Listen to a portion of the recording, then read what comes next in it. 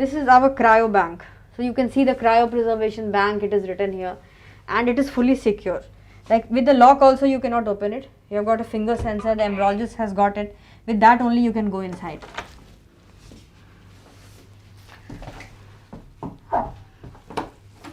This is also properly locked. So it is like 3 locks, one lock here, one here, and then with this lock we again open it here.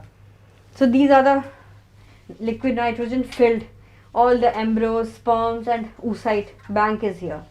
So this is the place where all your sperms, eggs and embryos are frozen, maybe for, we cannot say infinite, but right now we are keeping it for whatsoever time the patient wishes. So it is not that after 10 years it is going to be wasted or you have to throw it. You can preserve your gametes and your gametes will be at the same stage as on the day it had been frozen. The science has become so much advanced. So basically now it is ageless because you have aged out, but your babies, these embryos or your gametes, they haven't aged out. So the details and all, how this is done, how the freezing process is done and everything, that will be again explained by our senior embryologist who do this procedure. This is our storage liquid nitrogen tank in which we store excess of liquid nitrogen to top up our tanks weekly once.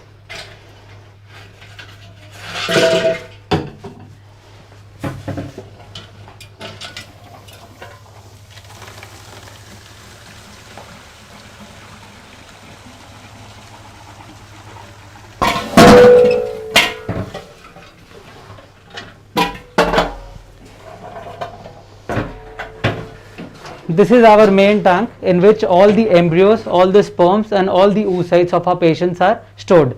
We have a special type of liquid nitrogen alarm which on the tap of a phone tells us whether the liquid nitrogen is present or not. In case of any emergency or leakage in the nitrogen tank, we are aware so that our patient's embryo, oocytes or sperms are intact and topped up with liquid nitrogen frequently.